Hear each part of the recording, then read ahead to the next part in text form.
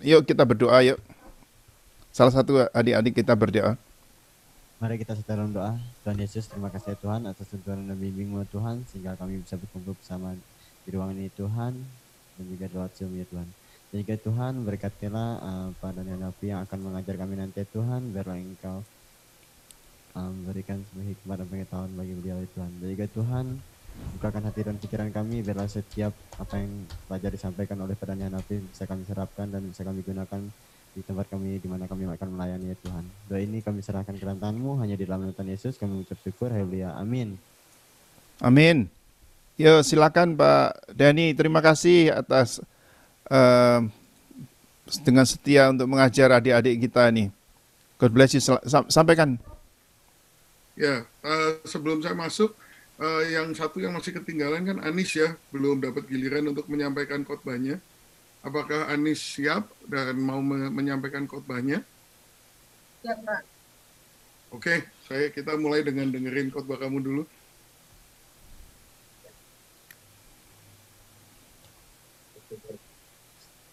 Bagaimana bulan madunya gimana? Nggak ada bulan madu, Pak. Nggak ada bulan madu? Nggak ada. Ya udah, asal madunya ada lah ya.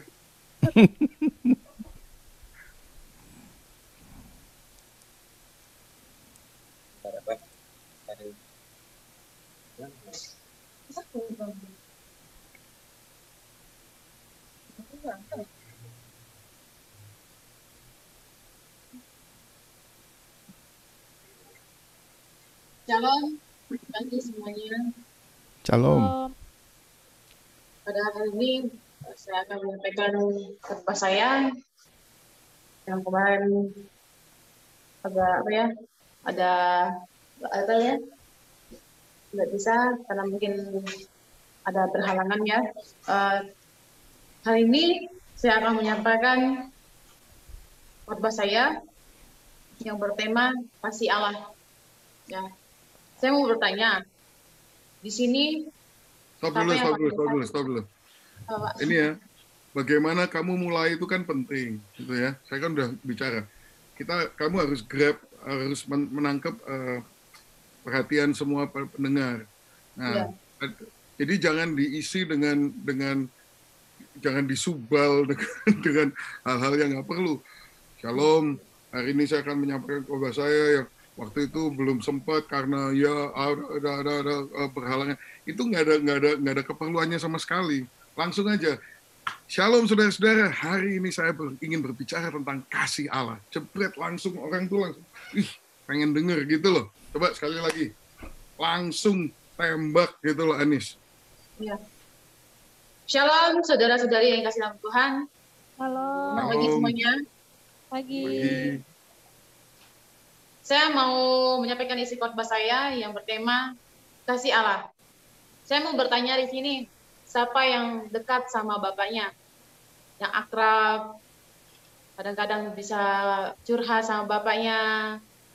Kemungkinan sebaliknya, yang suka berantem sama bapaknya suka marah-marah, bapaknya suka pukul-pukul, bawaannya emosi. Siapa yang ada di sini? Saya mau bertanya.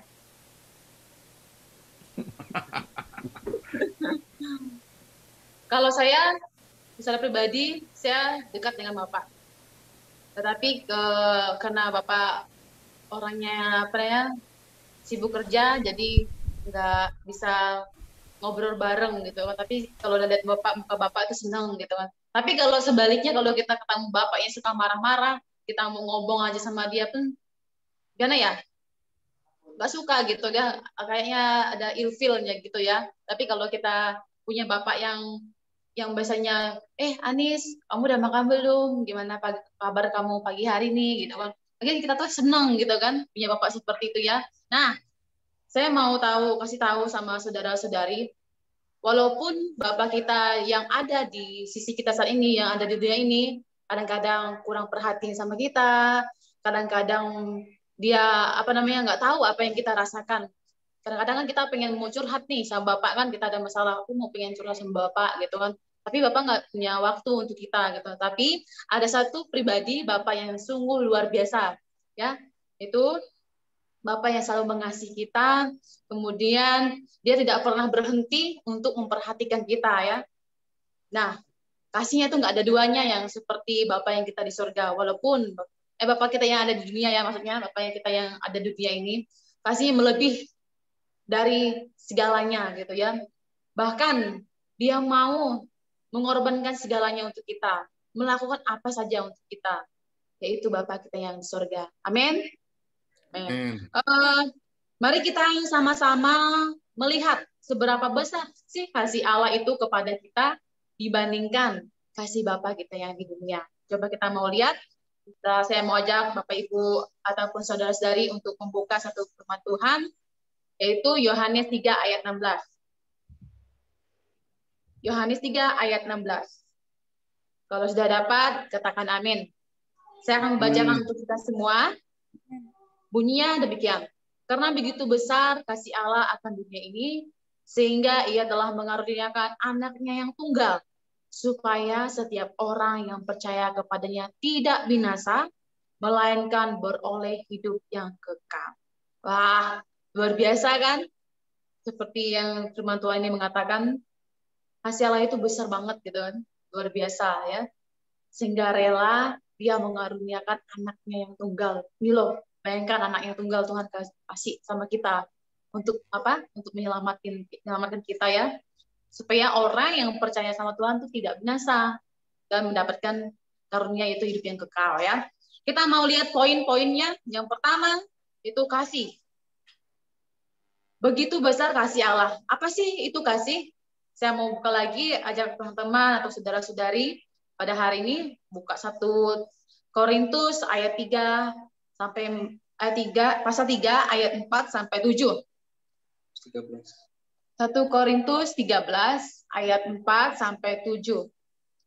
Kalau sudah dapat, katakan amin. Kita sama-sama melihat di sini. Apa sih kasih itu ya? Saya ambil kasih di dalam Korintus. Korintus itu mengatakan seperti ini ya, di ayat 4 sampai 7. Kasih itu sabar, kasih itu murah hati, ia tidak cemburu, ia tidak memegahkan diri, dan tidak sombong. Ia tidak melakukan yang tidak sopan, dan tidak mencari keuntungan diri sendiri. Ia tidak marah, dan tidak menyimpan kesalahan orang lain. Ia tidak bersukacita karena ketidakadilan, tetapi ia bersukacita karena kebenaran. Ia menutupi segala sesuatu, percaya segala sesuatu, mengharapkan segala sesuatu, sabar menanggung segala sesuatu. Nah, mengapa saya mengambil ayat di sini? Saya nggak akan memperjelaskan ayat ini, mungkin terlalu lama ya, karena waktunya singkat.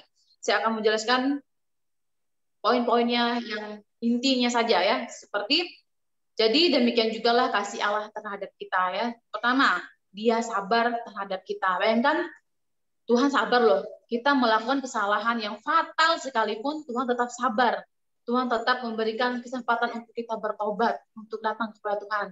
Ada satu ayat firman Tuhan mengatakan kalau kita udah nggak ada harapan, kayak putus asa, dan kita memikir kita tuh nggak ada baiknya, kita tidak sempurna. Tapi Tuhan mengatakan seperti ini, mari anakku kepadaku, katanya, yang letih lesu dan beban berat, aku akan memberikan kelegaan kepadamu.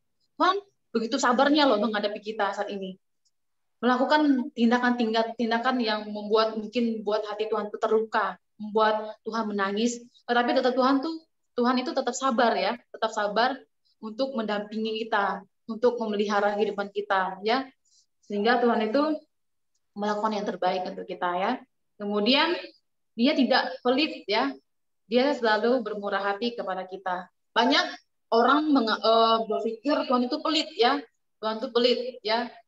Apa ya Tuhan tidak memberkati pekerjaan saya, misalnya saya Hardi mengerjakan misalnya berkebun ya, saya contohnya dia berkebun, saya udah kerja keras tapi kok apa hasilnya? Nggak ada hasilnya gitu kan, udah tanam bagus-bagus, kemudian udah mau berbuah, buahnya jelek-jelek semua kan, nggak ada hasilnya. Lalu apa yang selanjutnya? Kenapa kok Tuhan itu nggak memberkati saya gitu kan seperti itu?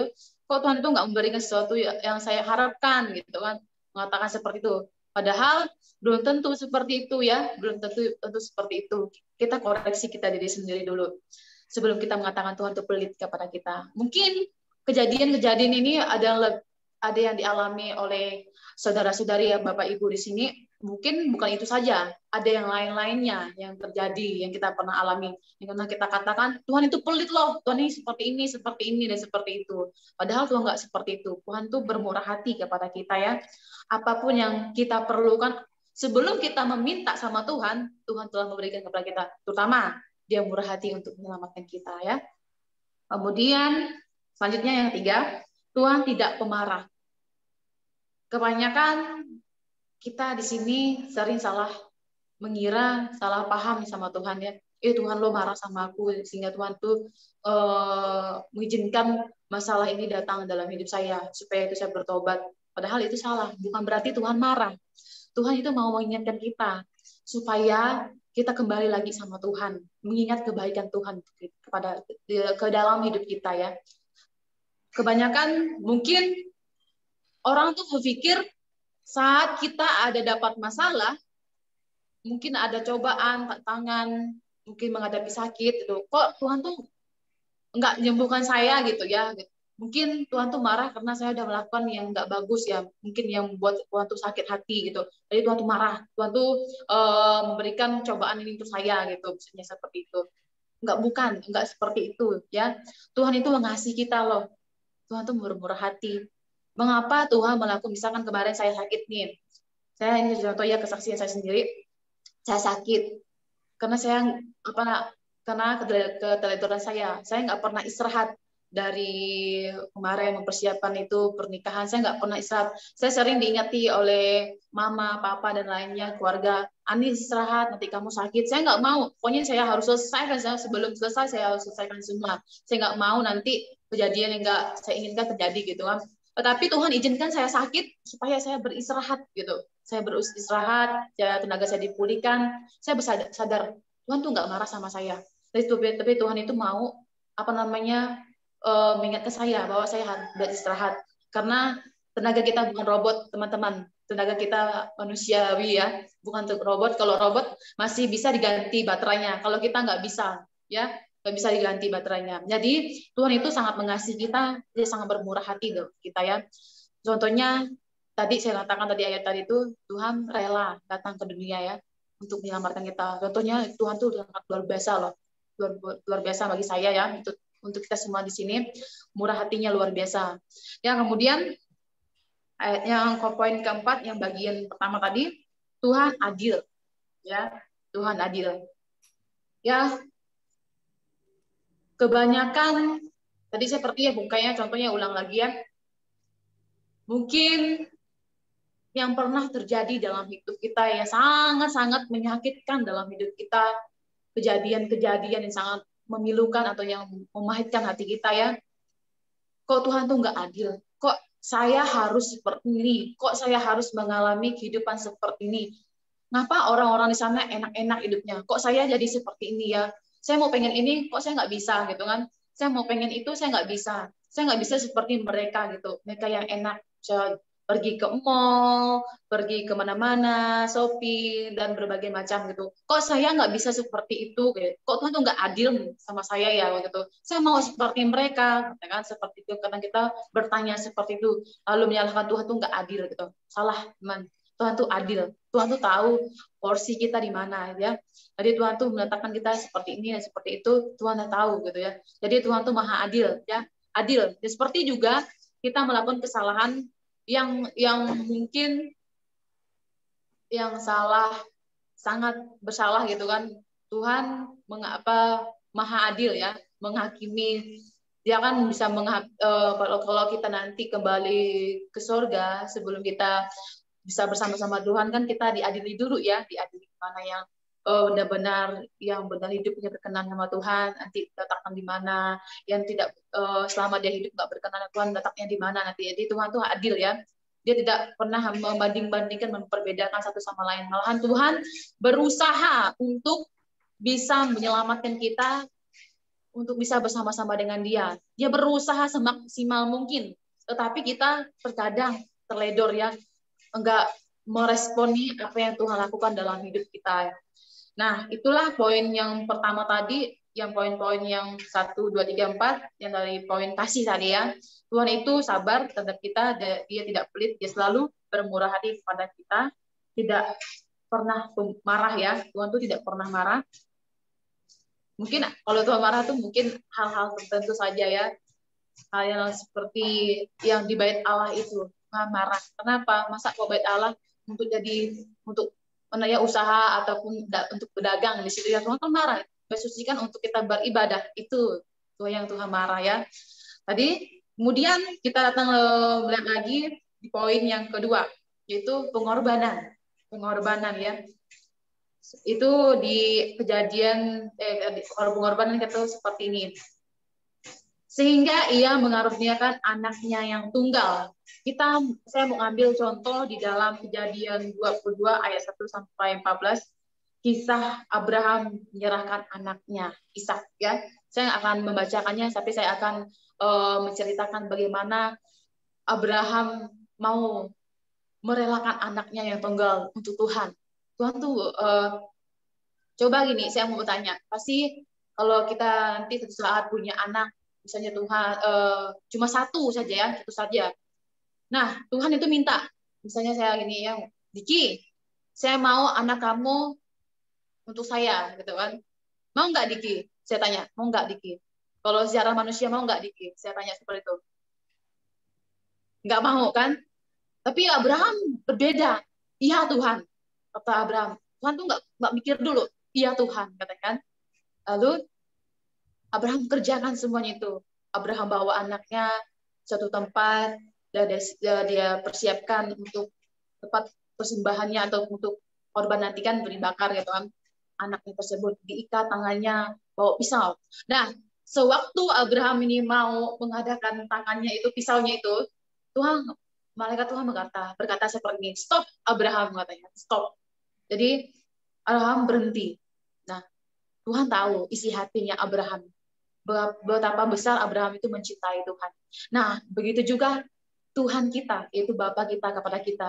Begitu besarnya dia cinta sama kita, sehingga dia merelakan anaknya satu-satunya untuk kita, untuk menyelamatkan kita, demi kita, ya, yang sudah berdosa ini. Seharusnya bukan Tuhan yang disalibkan, seharusnya kita yang di sini disalibkan. Kenapa? Tuhan tidak pernah berdosa, Tuhan tidak pernah buat kesalahan. Yang buat kesalahan itu kita yang berdosa ini ya. Seharusnya kita yang tergantung di kayu salib. Tapi Tuhan mengambil alih semuanya itu. Kenapa? Tuhan tuh sayang sama kita, Bapak Ibu dan saudara-saudari pada hari ini sama kita. Dia rela melakukan apa saja untuk kita, untuk orang yang Dia kasihi seperti kita ciptaannya. Ya, Tuhan telah mengorbankan segalanya untuk kita. Jadi, bagaimana respon kita pada hari ini? Mengapa Tuhan itu rela melakukan hal seperti itu? Seharusnya Tuhan tuh enak aja ke tempat tahtanya sana duduk diam saja. Kalau seandainya Tuhan tuh nggak mau peduli sama kita ya, dia duduk aja, terserah aja dia mau gimana, dia mau mati pun terserah, itu kesalahan dia. Tapi Tuhan nggak seperti itu loh. Tuhan berbeda. Apa yang seperti yang kita pikirkan Tuhan beda. Apa yang kita pikirkan sekarang bukan seperti yang Tuhan pikirkan. Ya? Mungkin nanti aku gini. Mungkin aku nanti nggak selamat karena aku udah seperti ini. Tapi Tuhan melakukan yang luar biasa. Tuhan itu luar biasa ya bagi saya dan juga untuk Bapak Ibu, saudara-saudari pada hari ini. Saya langsung lagi poin yang selanjutnya. Saya mau beri contoh, mungkin kita pernah melihat suatu film ya. Film ini saya lupa judulnya. Pokoknya ceritanya Bapak ini seorang penjaga rel kereta api. Ya, untuk lalu lintas, misalkan rel kereta api ini yang mau menyeberangi lautan ya. Nih, mungkin salah satu teman kita mungkin sini ada pernah menonton. Saya termotivasi atau juga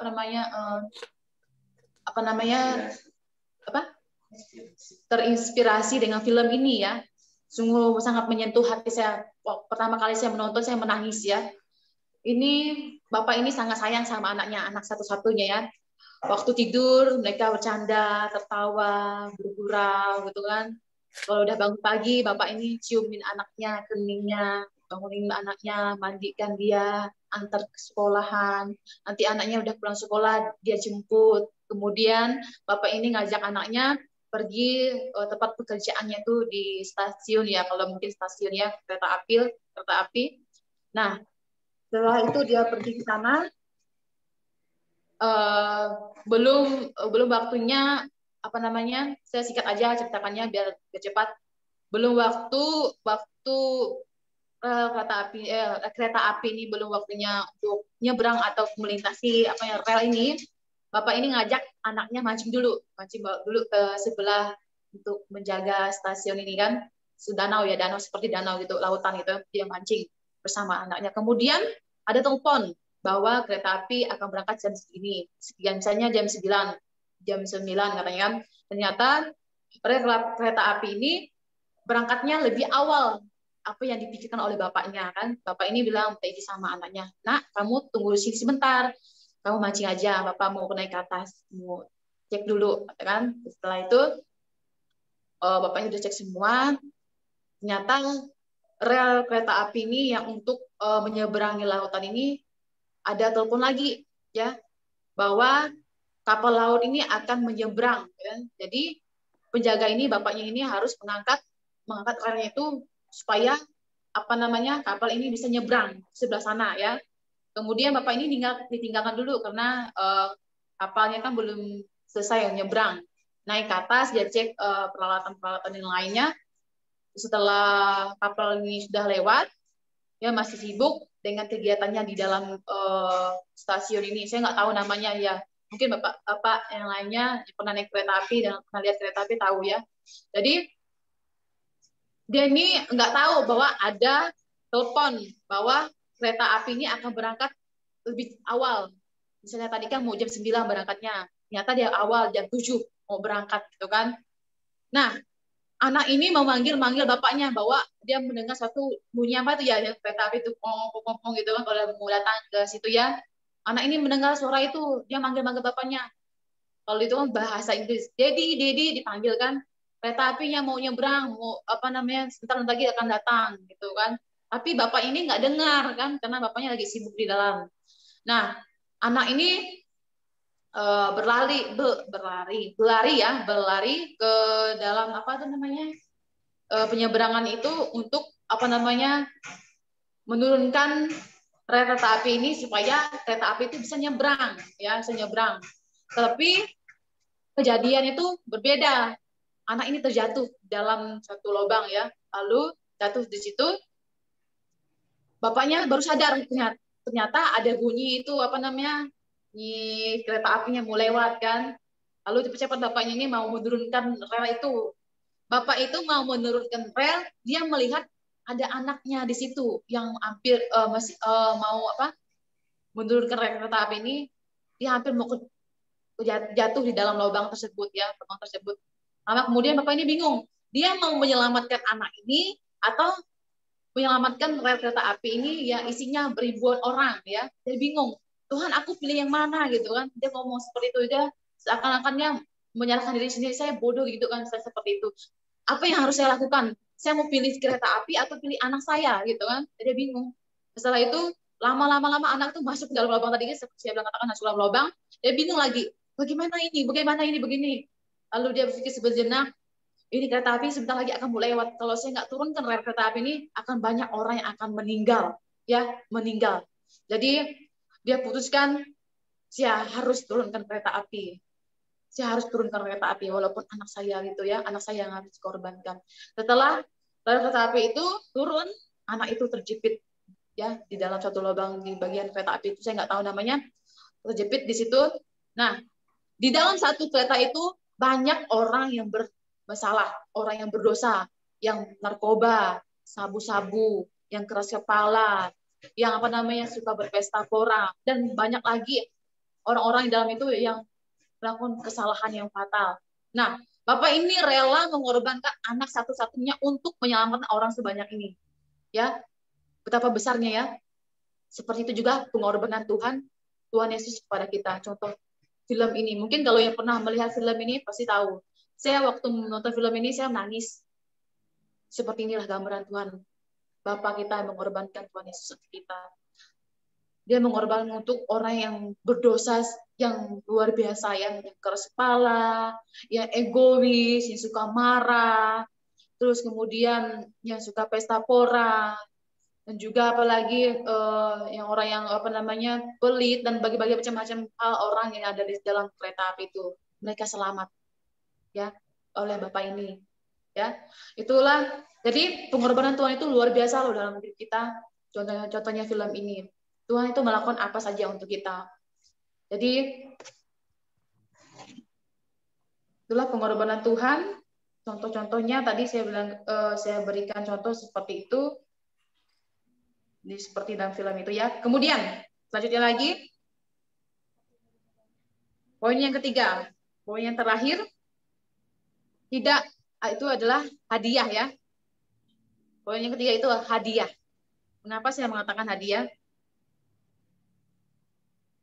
Karena Tuhan memberikan satu tempat yang istimewa untuk kita, yaitu satu hadiah spesial, yaitu kehidupan kekal untuk kita ya. Tuhan memberikan hadiah, untuk kita. Nah, mengapa Tuhan memberikan hadiah untuk kita? Seharusnya kita nggak bisa mendapatkan hal seperti itu. Seperti di dalam Roma itu mengatakan, karena semua orang telah berbuat dosa dan telah kehilangan kemuliaan Allah. Kemudian di Roma 6 ayat 23, sebab upah dosa ialah maut, tetapi karunia Allah ialah hidup yang kekal dalam Kristus Yesus Tuhan kita. Kemudian lagi di dalam Yohanes, kata Yesus kepadanya, akulah jalan dan kebenaran dan hidup. Tidak ada satupun yang datang kepada Bapa kalau tidak melalui aku. Nah, tadi awal di dalam Roma 3 ayat 23, manusia itu kan telah jatuh dalam dosa dan kemuliaan dan kehilangan kemuliaan Allah. Contohnya Adam dan Hawa. Tuhan sudah percayakan kepada mereka untuk menjaga Taman Eden, tapi mereka melanggar peraturan dan perintah Tuhan, memakan buah tentang pengetahuan yang baik dan jahat, dan mereka kehilangan kemuliaan Tuhan ya. Nah, kemudian upah dosa adalah maut, Bapak Ibu. Upah dosa adalah maut. Jadi pelanggaran yang luar biasa itu yaitu dosa, kita akan mendapatkan hadiah untuk kita, kesalahan kita, yaitu maut. Tapi kata Tuhan, Dia akan memberikan hidup yang kekal untuk kita. Kalau kita percaya bahwa Tuhan adalah juru selamat kita, seperti akulah jalan, katakan, kebenaran dan hidup.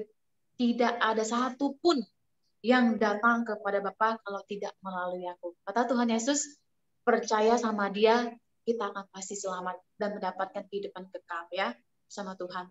Karena Tuhan itu Yesus adalah satu jalan menuju kita naik ke surga atau bertemu dengan Bapa.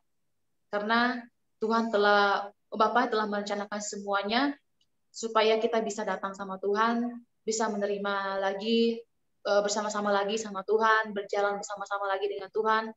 Waktu Adam dan Hawa dulu, kalau kita bayangkan Adam dan Hawa dulu bisa ngobrol, ngobrol sama Tuhan, bercerita, dekat sama Tuhan, dan kemudian Tuhan tahu bahwa mereka sudah jatuh dalam dosa. Tuhan mengembalikan semua itu dengan cara Tuhan ya, yaitu melalui Tuhan Yesus Kristus. Jadi kalau kita mau selamat atau mau menerima hadiah, yaitu kita harus percaya bahwa Tuhan Yesus jalan ya. Jadi kita sudah tahu betapa besar Allah mengasihi kita. Kasih-Nya yang besar, Dia bahkan rela mengorbankan anaknya yang tunggal atau anak satu-satunya demi memberikan kita kehidupan yang abadi, yaitu kehidupan kekal bersama-sama dengan Dia di sorga dan membebaskan kita dari maut dan dosa yang mengikat. Saudara, kita hanya bisa menerima hadiah yaitu hidup yang kekal, itu hanya dengan menerima Dia. Sebab di dalam Roma 10 ayat 9 mengatakan seperti ini, sebab jika kamu mengaku dengan mulutmu bahwa Yesus adalah Tuhan dan percaya dalam hatimu bahwa Allah telah membangkitkan Dia dari antara orang mati, maka kamu akan diselamatkan. Saya ulang lagi ya, supaya jelas. Sebab jika kamu mengaku dengan mulutmu bahwa Yesus adalah Tuhan dan percaya dalam hatimu bahwa Allah telah membangkitkan Dia dari antara orang mati, maka kamu akan diselamatkan. Nah, luar biasa kan ayat firman Tuhan ini. Nah, kemudian saya mau mengajak Bapak Ibu, maukah saudara dan Bapak Ibu menerima Yesus sebagai Tuhan dan Juru Selamat pada hari ini? Bila mau, mari kita akan sama-sama berdoa, datang kepada Tuhan dan ikut doa saya. Kita sama-sama berdoa ya. Tuhan Yesus, pada hari ini aku telah mendengar firman-Mu bahwa Engkau mengasihiku, mati di kayu salib demi dosa-dosaku. Tuhan, aku mau menerima kasih-Mu. Tuhan Yesus, pada hari ini jadilah Tuhan dan Juru Selamat pribadi dalam hidupku. Masuklah dalam hatiku dan ubahlah hidupku. Ampuni dosa-dosaku. Tuhan, pada hari ini aku mau menjadi anak-Mu. Dalam nama Tuhan Yesus, aku berdoa. Amin. Terima kasih. Tuhan Yesus memberkati. Ya, bagus Anis. Semuanya komplit. Tinggal diperlancar aja, terutama di bagian ceritanya itu. Wah, kalau itu tadi agak bingung itu, mungkin dipersiapkan dengan lebih baik kata-katanya supaya kita bisa bayangin itu gimana kejadiannya gitu. Tapi semuanya isinya udah bagus, urutan logiknya juga ada. Cuma mungkin itu tadi Roma 6:23, upah dosa dalam maut itu bagus untuk dimasukin di bagian yang kedua waktu pengorbanan, karena selama ngomong pengorbanan itu kita semua mungkin bingung lah, kenapa sih sampai mesti berkorban begitu, kenapa gitu loh. Nah itu perlu dijelaskan bahwa ya Yesus itu harus berkorban karena kita ini utang gitu loh. Iya Pak. Utangnya utang nyawa gitu kan, upah dosa dalam maut. Kita semua udah berdosa, kita semua dihukum mati, udah sebetulnya kita akan masuk neraka semua. Makanya karena Tuhan Yesus begitu sayang sama kita, Dia berkorban untuk kita. Karena hanya Dia satu-satunya yang tidak berdosa, makanya Dia satu-satunya yang bisa untuk membayar dosa kita. Karena kalau Dia berdosa, ya istilahnya kalau dia orang berdosa, bagaimana bisa menebus kita kan? Jadi itunya mungkin bisa diperjelas supaya pengorbanan itu jelas kenapa dia harus berkorban gitu. Ya, tapi udah cukup baik. So puji Tuhan. Oke, sekarang saya akan membagikan pelajaran yang terakhir. Let's see.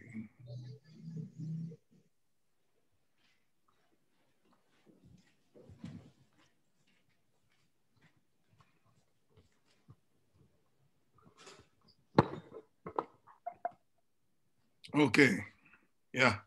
Ini pelajaran kita mulai waktu itu dengan 4 hal ini: ethos, logos, pathos, dan pneumatos.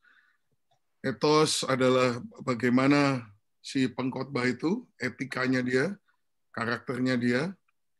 Logos, bagaimana mempersiapkan khotbah itu sendiri. Kita berminggu-minggu di situ, mulai dari pembukaan sampai transisi, kerangka, isi, ilustrasi, penutup, dan sebagainya.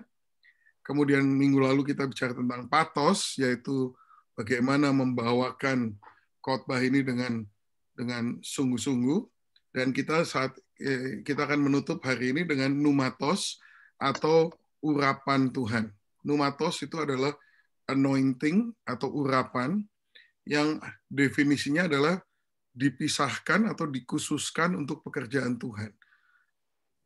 Suatu benda itu diurapi karena diperuntukkan untuk pekerjaan Tuhan dan tidak dipakai untuk yang lain. Jadi kalau di dalam perkakas di rumah Tuhan, itu barang yang akan dipakai untuk pelayanan nggak boleh dicampur untuk hal yang lain. Nah, itu dipisahkan dan diurapi dengan suatu minyak urapan. Itu sebagai tanda bahwa ini milik Tuhan, hanya dipakai untuk Tuhan, hanya dipakai untuk pekerjaan Tuhan. Nah, itu artinya urapan. Nah, kita tentu sudah pernah dengar kata urapan ini, cuman kita kurang memahami apa sih maksudnya. Maksudnya tuh dipisahkan untuk Tuhan, nggak buat yang lain. Jadi itulah bedanya khotbah dengan pidato. Pidato bisa memakai teori yang terbaik yang sama dengan seperti di waktu kita belajar logos. Ada pembukaan, ada kerangka, ada ilustrasi, ada penutup dan sebagainya. Tetapi bedanya pidato dengan khotbah, khotbah itu hanya diberikan untuk pekerjaan Tuhan. Hanya dikhususkan untuk pelayanan Tuhan. Jadi akan ada sesuatu yang berbeda di situ karena kuasa Tuhan akan mengalir secara supranatural. Itu namanya urapan. Jadi urapan adalah kekuatan supranatural yang Tuhan lakukan supaya kita ini bisa memenuhi panggilannya, melakukan tugas yang sebenarnya nggak mungkin untuk dilakukan secara jasmani.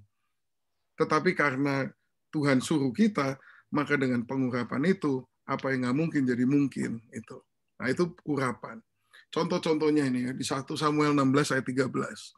Samuel mengambil tabung tanduk yang berisi minyak itu dan mengurapi Daud di tengah-tengah saudara-saudaranya. Sejak hari itu dan seterusnya berkuasalah roh Tuhan atas Daud. Nah, ini urapan ini begini. Jadi waktu Daud diurapi, dia dipisahkan dari antara saudara-saudaranya untuk menjadi hamba Tuhan yang akan dipakai oleh Tuhan. Inilah yang terjadi. Keluaran 34 ayat 29. Ketika Musa turun dari Gunung Sinai, kedua loh hukum Allah ada di tangan Musa ketika ia turun dari gunung itu, tidaklah ia tahu bahwa kulit mukanya bercahaya oleh karena ia telah berbicara dengan Tuhan. Ketika Harun dan segala orang Israel melihat Musa, tampak kulit mukanya bercahaya, maka takutlah mereka mendekati dia. Nah, saudara, ini pengurapan Tuhan. Jadi Tuhan itu nggak bicara sama seluruh umat Israel, dia bicara milih Musa. Musa diberikan hukum Taurat itu, kedua loh hukum Allah, dipercayakan kepada Musa. Itu berarti suatu pemilihan Tuhan.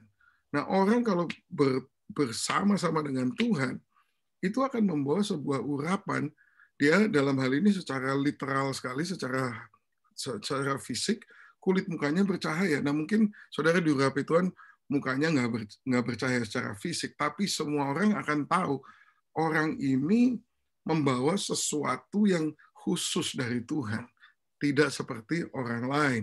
Nah, ini ada perbedaan. Poin saya adalah ada perbedaan ketika orang itu nomor satu bergaul dengan Tuhan, ketemu dengan Tuhan, kemudian diutus oleh Tuhan untuk menyampaikan sesuatu dari Tuhan, ada perbedaan di dalam dia. Di Keluaran 33 ayat 15, berkatalah Musa kepadanya, jika engkau sendiri tidak membimbing kami, janganlah suruh kami berangkat dari sini. Dari manakah gerangan akan diketahui bahwa aku telah mendapat kasih karunia di hadapanmu, yakni aku dengan umatmu ini? Bukankah karena engkau berjalan bersama-sama dengan kami, sehingga kami, aku dengan umatmu ini, dibedakan dari segala bangsa yang ada di muka bumi ini. Saudara, kalau saudara khotbah firman Tuhan, sesungguhnya saudara itu dibedakan dari semua orang lain yang pidato. Ada bedanya. Ada bedanya. Bedanya apa? Penyertaan Tuhan, hadirat Tuhan ada di situ. Itulah urapan, saudara. Jadi waktu ini Tuhan tuh ngomong sama Musa sebelum ayat 15 ini, udah kamu masuk aja ke tanah perjanjian, aku akan kirim malaikat-malaikat supaya mereka akan membuka jalan buat kamu, semua musuhmu dikalahkan, kamu akan mendapatkan negeri yang berkelimpahan dengan susu dan madu dan sebagainya. Jadi berkatnya sih disediakan, tapi Musa nggak mau masuk. Dia ngomong gini, Aku nggak mau ke sana meskipun di sana ada kemenangan, di sana ada kepemilikan tanah yang di tanah perjanjian, di sana ada kelimpahan, susu dan madu dan sebagainya. Tapi kalau engkau tidak bersama dengan kami, nggak ada bedanya kami ini dengan bangsa-bangsa lain. Yang membedakan kami sebagai umat Tuhan adalah hanya satu hal, bukan berkat, tetapi hadirat daripada Tuhan, penyertaan daripada Tuhan bersama dengan kami. Ini yang namanya urapan, saudara. Di Kisah 4 ayat 13, ketika sidang itu melihat keberanian Petrus dan Yohanes, dan mengetahui bahwa keduanya orang biasa yang tidak terpelajar, heranlah mereka. Dan mereka mengenal keduanya sebagai pengikut Yesus. Nah, bahasa Inggrisnya ini lebih jelas. They took note that these men had been with Jesus. Jadi mereka mengenal keduanya telah bersama-sama dengan Yesus. Jadi these men had been with Jesus. Mereka melihat ini Petrus, Yohanes ini belum sekolah ini. Bukan orang sekolahan, kok bisa beraninya begitu dan begitu penuh kuasa apa yang mereka sampaikan. Oh, mereka tahu ini mereka sudah bersama-sama Yesus. Makanya membuat perubahan, perbedaan dalam kehidupan kita, pengurapan itu adalah hasil daripada pergaulan kita, persekutuan kita dengan Tuhan. Kalau kita nggak bersekutu dengan Tuhan, saudara, khotbah sih bisa bikin yang bagus, yang lancar, dan sebagainya, tapi tidak ada perbedaan. Tidak ada suatu kuasa yang ada. Nggak ada. Itu harus berasal dari pergaulan kita dan persekutuan kita dengan Tuhan. Jadi itulah urapan, gambaran tentang urapan. Nah, urapan itu bukan kemampuan manusia, saudara. 1 Korintus 2 ayat yang pertama, Paulus mengatakan, demikianlah pula ketika aku datang kepadamu, saudara-saudara, aku tidak datang dengan kata-kata yang indah atau dengan hikmat untuk menyampaikan kesaksian Allah kepada kamu. Perhatikan, berarti ada opsi pertama, saudara bisa menyampaikan kesaksian Allah dengan kata-kata indah atau dengan kata-kata hikmat. Tapi Paulus ngomong gini, sebab aku telah memutuskan untuk tidak mengetahui apa-apa di antara kamu selain Yesus Kristus, yaitu Dia yang disalibkan. Aku juga telah datang kepadamu dalam kelemahan dan dengan sangat takut dan gentar. Baik perkataanku maupun pemberitaanku tidak kusampaikan dengan kata-kata hikmat yang meyakinkan, tetapi dengan keyakinan akan kekuatan roh, supaya iman kamu jangan bergantung pada hikmat manusia, tapi pada kekuatan Allah. Nah, ini urapan ini begini, saudara. Paulus mengatakan, saya tidak datang dengan kemampuan manusia. Manusia yang pintar ya mampu membuat kata-kata indah, kata-kata hikmat, tapi itu bukan yang dia andalkan. Dia buang itu semua sampai dia sebetulnya mampu loh, dia orang yang pintar, orang yang mampu, tapi dia memilih untuk datang dengan kelemahan dan dengan takut dan gentar karena dia hanya bergantung kepada keyakinan akan kekuatan roh. Kenapa? Supaya iman kamu jangan bergantung kepada hikmat manusia, tetapi pada kekuatan Allah. Jadi kalau kita khotbah, saudara hasil khotbah saudara bisa dua macam. Setelah saudara khotbah, orang itu beriman kepada apa? Iman mereka jadi bergantung pada hikmat manusia, atau iman mereka bergantung kepada kekuatan Allah. Nah, banyak orang pidato jago-jago lah, itu pembicara-pembicara motivational speaker itu di Indonesia juga banyak kan, ada Tung Desem, ada Mas siapa lah, banyak lah itu ya. Tapi setelah saudara terpukau dengan penyampaian mereka, hasilnya apa? Ini yang membuat perbedaan antara orang yang diurapi dengan orang yang tidak diurapi. Kalau orang yang tidak diurapi, tapi dia jago, setelah dia ngomong, saudara merasa terbakar dan sebagainya. Tapi kalau saudara selidiki, imanmu sekarang digantungkan kepada apa? Apakah pada kekuatan Allah atau kepada hikmat manusia?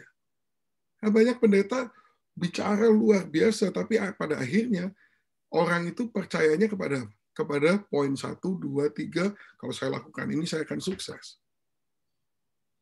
Nah itu bukan urapan, saudara. Tapi orang kalau diurapi, hasil daripada pemberitaannya adalah orang itu akan bergantung kepada kekuatan Allah. Urapan bukan kemampuan manusia. 1 Korintus 4 ayat 19, tetapi aku akan segera datang kepadamu kalau Tuhan mengendakinya. Maka aku akan tahu bukan tentang perkataan orang-orang yang sombong itu, tapi tentang kekuatan mereka. Sebab kerajaan Allah bukan terdiri dari perkataan, tapi dari kuasa. Perkataan orang-orang pintar, orang sombong, itu kekuatannya hanya di dalam intelek mereka. Tetapi kerajaan Allah bukan terdiri dari perkataan, tapi dari kuasa. 2 Korintus 4 ayat 7, tetapi harta ini kami punyai dalam bejana tanah liat, supaya nyata bahwa kekuatan yang melimpah-limpah itu berasal dari Allah, bukan dari diri kami. Nah, Paulus jelas mengajarkan di sini bahwa urapan itu bukan berasal dari kemampuan manusia, tetapi berasal dari Allah. Berikutnya, urapan itu bukan gantinya kerja keras. Saudara mentang-mentang, oh saya mengandalkan urapan Tuhan, terus jadi males gitu. Nggak bisa begitu, saudara. Ini kisah 8 ayat 26, Filipus contohnya ini. Kemudian berkatalah seorang malaikat Tuhan kepada Filipus, katanya, bangunlah dan berangkatlah ke sebelah selatan menurut jalan yang turun dari Yerusalem ke Gaza. Jalan itu jalan yang sunyi. Nah, saudara tahu nggak dia ketemu sama siapa? Dia ketemu sama sida-sida dari Ethiopia yang harus dia injili. Nah, masalahnya sida-sida itu naik apa? Naik kereta, ditarik kuda. Berarti Filipus harus lari. Kuda itu lebih cepat dari manusia. Jadi ini Filipus penginjil yang kerja keras, saudara. Bukan penginjil yang malas-malasan di rumah. Oh ya, kalau mau tahu tentang Yesus ya datang ke rumah. Well, dia ini lari, saudara, di sebuah jalan yang sepi karena ngejar kereta.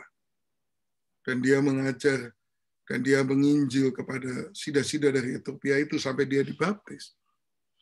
Paulus mengatakan kepada Timotius, muridnya, usahakanlah supaya engkau layak di hadapan Allah sebagai seorang pekerja. Seorang pekerja yang tidak usah malu, yang berterus terang memberitakan perkataan kebenaran itu. Berarti pekerja ada yang bikin malu, saudara. Ada pekerja yang tidak usah malu, ada yang pekerja yang bikin malu. Pekerja yang tidak usah malu adalah pekerja yang keras, bekerja keras, memberitakan perkataan kebenaran itu. Perlu usaha, saudara. Perkataan ini katakan dimulai dengan usahakanlah. Usaha itu artinya melakukan sesuatu. Nggak kayak kalau orang Indonesia di kantor pegawai negeri atau apa. Ya, kami usahakan. Itu artinya jangan harap ada sesuatu yang terjadi. Bukan itu yang dimaksudkan Alkitab. Usahakanlah artinya berusaha beneran. Bukan hanya omong kosong. Urapan juga bukan gantinya sekolah Alkitab, saudara. Karena banyak orang juga, wah saya pokoknya diurapi Tuhan, saya nggak usah sekolah. Saudara perlu sekolah tetap. Tetap harus belajar. Karena kalau nggak sekolah, akan banyak konsep-konsep yang tidak alkitabiah.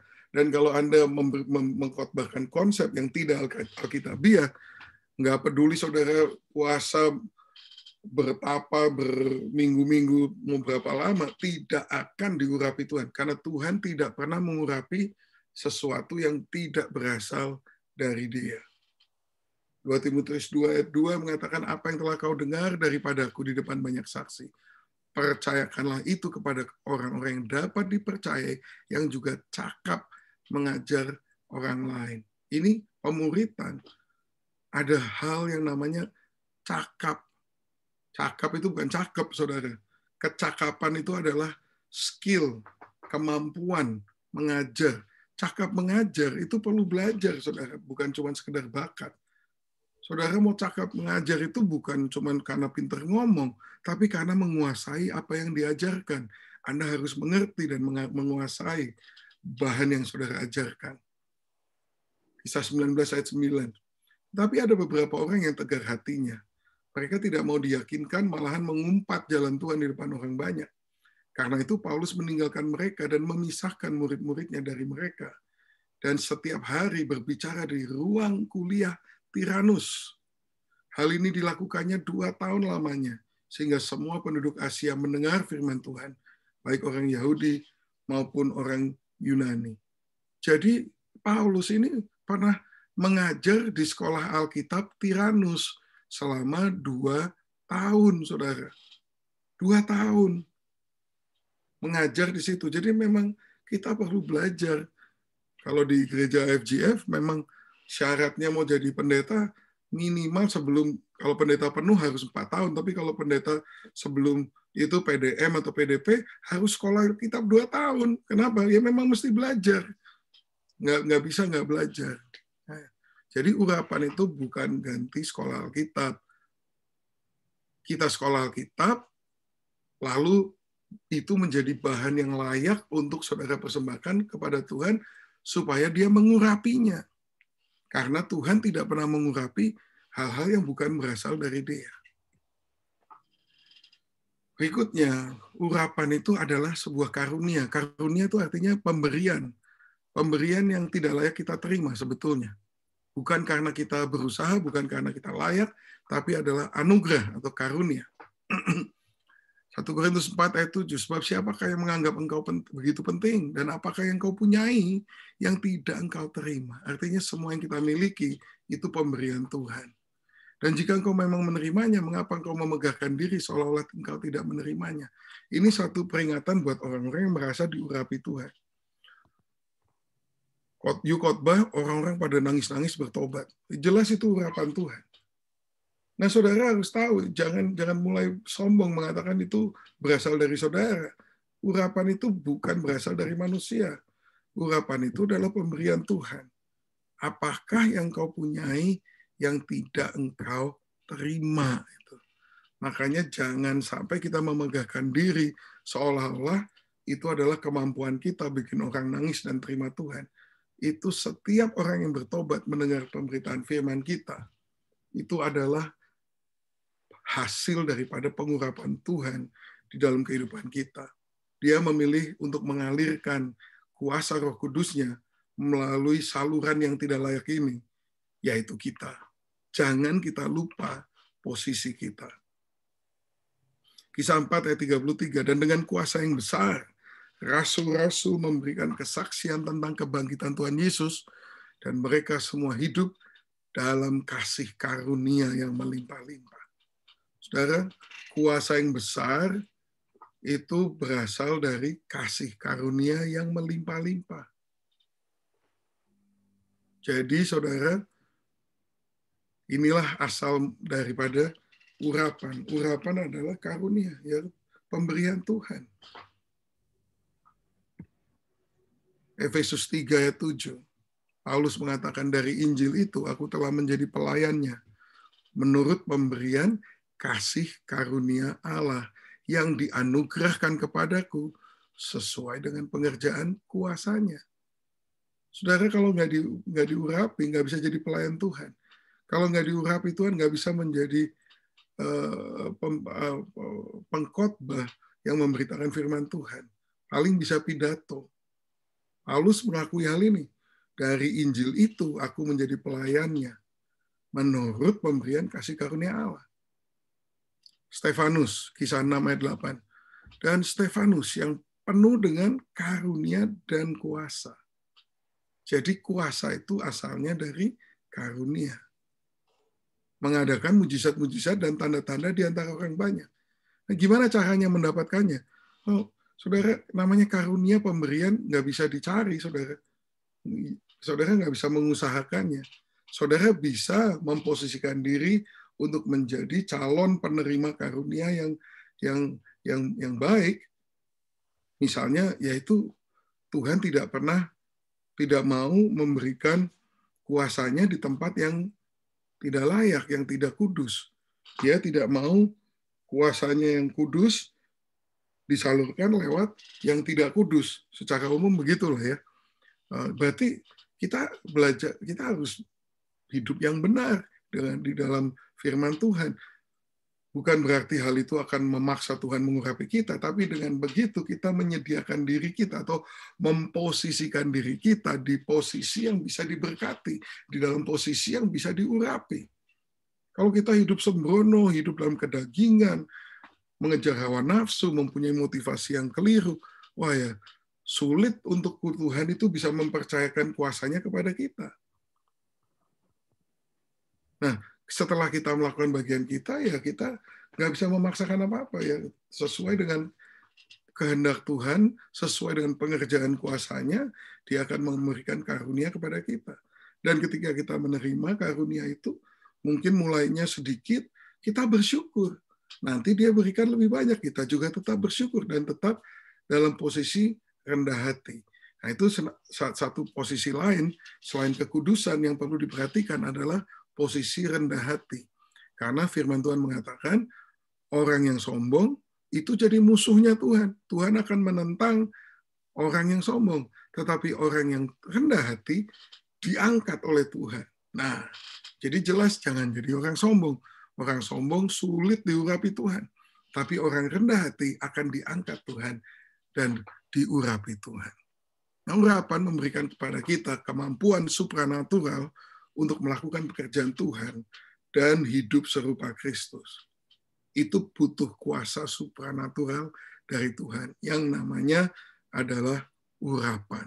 Jadi urapan adalah kasih karunia. Di dalam khotbah, urapan ini bekerja di dalam khotbah juga, saudara. Tadi kan kita dalam kuadran pertama ethos, logos, pathos. Nah, ini yang paling penting ini, numatos, urapan di dalam khotbah. Kalau saudara empat-empatnya menguasai, ethos baik, logos dipersiapkan dengan baik, patosnya berapi-api, kemudian diurapi oleh Tuhan, numatosnya diurapi oleh Tuhan, maka saudara akan menjadi seorang hamba Tuhan yang akan menyampaikan khotbah dengan sangat penuh kuasa Tuhan. Yohanes 16 ayat yang ke-7. Namun benar yang kukatakan ini kepadamu adalah lebih berguna bagi kamu jika aku pergi. Sebab jikalau aku tidak pergi, penghibur itu tidak akan datang kepadamu. Tetapi jikalau aku pergi, aku akan mengutus dia kepadamu. Bicara tentang Roh Kudus. Tapi ini ayat 8, perhatikan. Dan kalau ia datang, ia akan menginsafkan dunia akan dosa, kebenaran, dan penghakiman. Saudara, kita dengan kekuatan kita tidak bisa menginsafkan siapa-siapa. Tapi dijanjikan di sini, Roh Kudus akan datang untuk menginsyafkan dunia dan akan dosa, akan kebenaran, dan akan penghakiman. Saudara harus tahu, kalau saudara bicara tentang dosa, kalau Roh Kudus nggak bekerja, orang berdosa itu tidak akan merasa berdosa. Dia cengenges-cengenges saja, gitu. Saudara mau khotbah tentang neraka, tentang dosa, tentang segala, mereka nggak akan kenapa-kenapa. Kalau Roh Kudus tidak bekerja melalui saudara. Saudara mau khotbah tentang kebenaran, orang yang nggak benar merasa udah benar. Susah sekali, saudara. Nggak mungkin. Kalau khotbah nggak diurapi Tuhan, udahlah, nggak ada hasilnya. Saudara bicara tentang penghakiman, nggak ada yang takut. Tapi di sini dikatakan, kalau ia datang. Makanya kalau kita berkhotbah, doa saudara, Tuhan datang. Tuhan datang. Datang di tempat ini, datang di dalam khotbah ini, datanglah. Kerajaanmu datanglah, kehendakmu jadilah. Di ruangan ini, di dalam hidup daripada semua orang yang mendengarkan khotbah saya. Karena hamba tidak mampu, perkataan hamba tidak akan merubah siapapun. Hanya ketika engkau datang, Roh Kudus, maka mereka akan insyaf. Akan dosa, akan kebenaran, dan akan penghakiman. Kalau enggak, saudara bisa khotbah sampai biru, sampai berbusa, enggak ada yang berubah, enggak ada yang bertobat. Urapan dalam khotbah luar biasa penting. Di Kisah 2, saudara tahu apa yang terjadi di situ. Petrus khotbah. Petrus ini kan pengecut. Aduh, Petrus ini baru berapa Nggak sampai 2 bulan sebelumnya ini baru aja menyangkal Tuhan 3 kali. Sekarang dia berani khotbah, saudara. Dan waktu dia khotbah tentang Yesus yang kudus, yang disalib, yang mati, yang bangkit, terus dikatakan ini loh, ayat 37 ini luar biasa. Dia katakan, ketika mereka mendengar hal itu, hati mereka sangat terharu.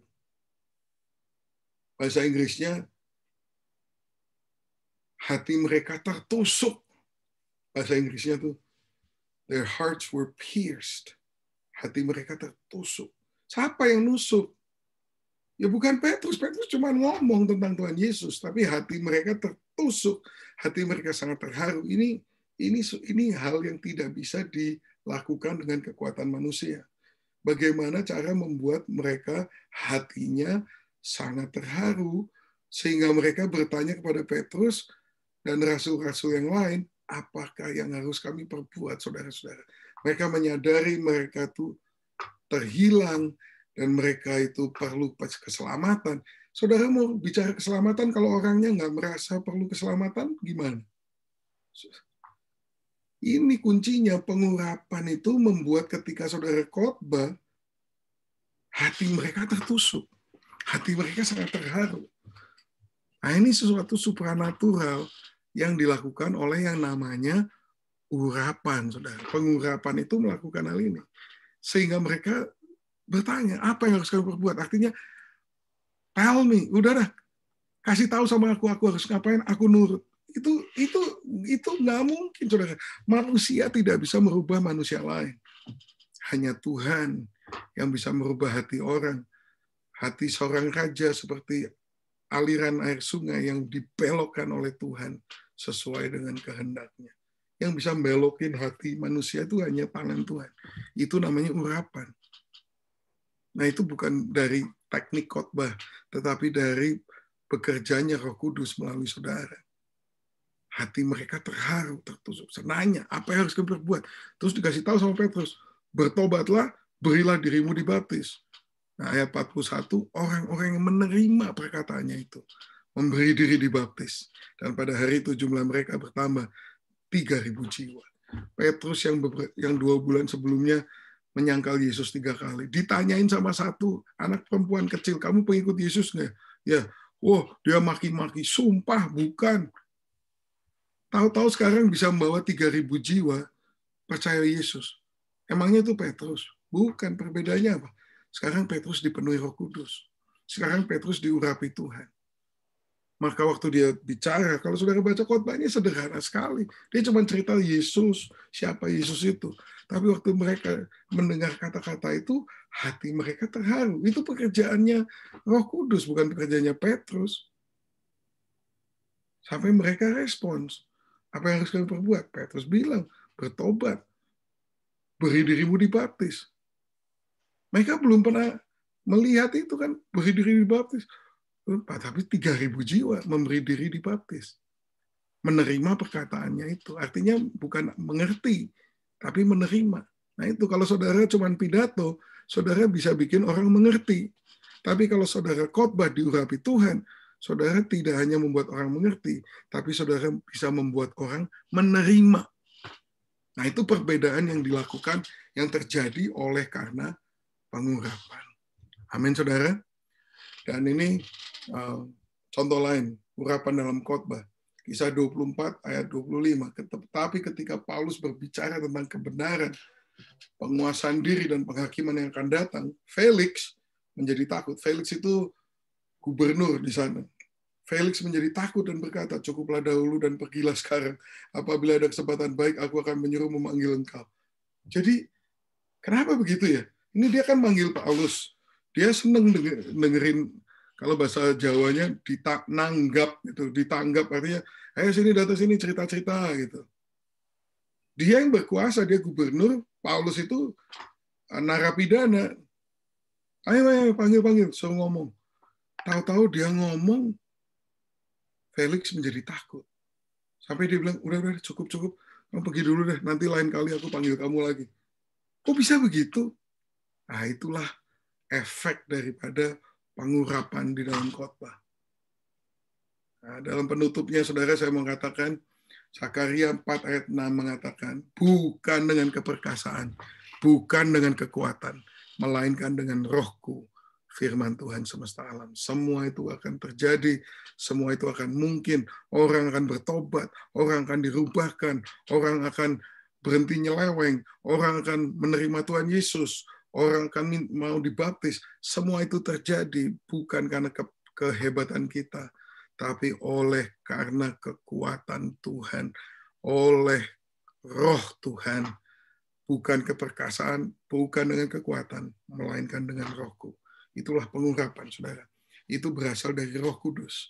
Dan kalau saudara mau jadi saluran Roh Kudus, pastikan bahwa saudara menjadi saluran yang baik, yang berharap kepada Dia, yang tidak sombong, yang rendah hati karena tahu bahwa semua itu adalah pekerjaan Dia. Dan usahakanlah bahwa saluran ini bersih, mempunyai kebiasaan hidup yang bersih, supaya Roh Kudus sudi mengalir melalui saluran yang bersih itu. Saudara, mari saudara, kita harus tahu bahwa kita belajar semua itu tadi dalam homiletics ini, saudara ya. Saudara belajar semua teknik-tekniknya, itu semuanya baik, tetapi tidak ada kuasanya sampai ketika Tuhan mengurapi dengan rohnya sendiri. Amin. Amin. Ya, baik. Sekarang saya mau mendoakan saudara semua untuk pengurapan Tuhan boleh ada di atas saudara. Dan ini adalah kelas yang terakhir dari homiletics. Jadi kita sudah selesai pada hari ini. Puji Tuhan, semoga Tuhan akan pakai saudara semua menjadi pemberita-pemberita firman Tuhan yang setia dan diurapi oleh Tuhan. Amin. Amin. Mari kita berdoa. Bapa yang makasih, aku berdoa untuk semua murid-murid yang mendengarkan selama berminggu-minggu ini ya Tuhan. Aku berdoa kiranya Kau urapi kehidupan mereka. Ketika mereka mempersembahkan hidup mereka kepada Engkau sebagai hamba ya Tuhan. Mari Tuhan, oleh roh-Mu, bersihkan hidup mereka, kuduskan hidup mereka, dan biarlah mereka selalu dekat bersekutu dengan Engkau ya Tuhan, sehingga mereka menjadi saluran yang baik daripada kuat kuasa Roh Kudus, karena bukan dengan kuat kuasa kami, tapi hanya oleh Roh-Mu ya Tuhan. Biarlah mereka diurapi oleh Tuhan, sehingga semua khotbah yang mereka sampaikan, meskipun tidak sempurna secara manusia, tapi boleh Kau angkat dan Kau urapi, sehingga kuasa Tuhan mengalir melalui khotbah-khotbah mereka, sehingga akan membawa dampak kepada semua orang yang mendengarkannya, membawa pertobatan, membawa pembaruan, membawa kelahiran baru, membawa kuasa Tuhan mengalir. Terima kasih ya Tuhan, berkati setiap anak murid-Mu ini semuanya, dan biarlah Kau pakai mereka menjadi hamba-hamba-Mu. Di dalam nama Tuhan Yesus kami berdoa. Haleluya. Amin. Terima kasih Pak Dani, yang dengan setia memang Tuhan sudah menunjukkan bahwa kita hanya bisa melayani Tuhan dengan kekudusan dan urapan kuasa Roh Kudus. Jadi yang seperti kita ketahui dalam beberapa waktu yang lalu ada beberapa teman-teman yang terpaksa harus dikeluarkan karena menistai kekudusan itu, dan tanpa kekudusan kita tidak bisa memandang Allah kan. Jadi terima kasih atas jadi kita menekankan semuanya untuk urapan kuasa Roh Kudus ini. Terima kasih Pak Dani sekali lagi dalam pelayanannya. Ada pertanyaan dari adik-adik? Ada yang mau bertanya adik-adik? Anis, AKP? Belum ada Pak, udah jelas semua. Oke. Ya, puji Tuhan semuanya ya. Saya doakan supaya kalian semua berhasil dalam pelayanan, dipakai Tuhan dengan luar biasa. Dan nanti kalau sudah menjadi hamba Tuhan yang luar biasa, jangan lupa sama saya. Iya, Pak. Terima kasih, Tuhan berkati semuanya. Selamat beracara hari ini. God bless you, bye. Bless you, bye.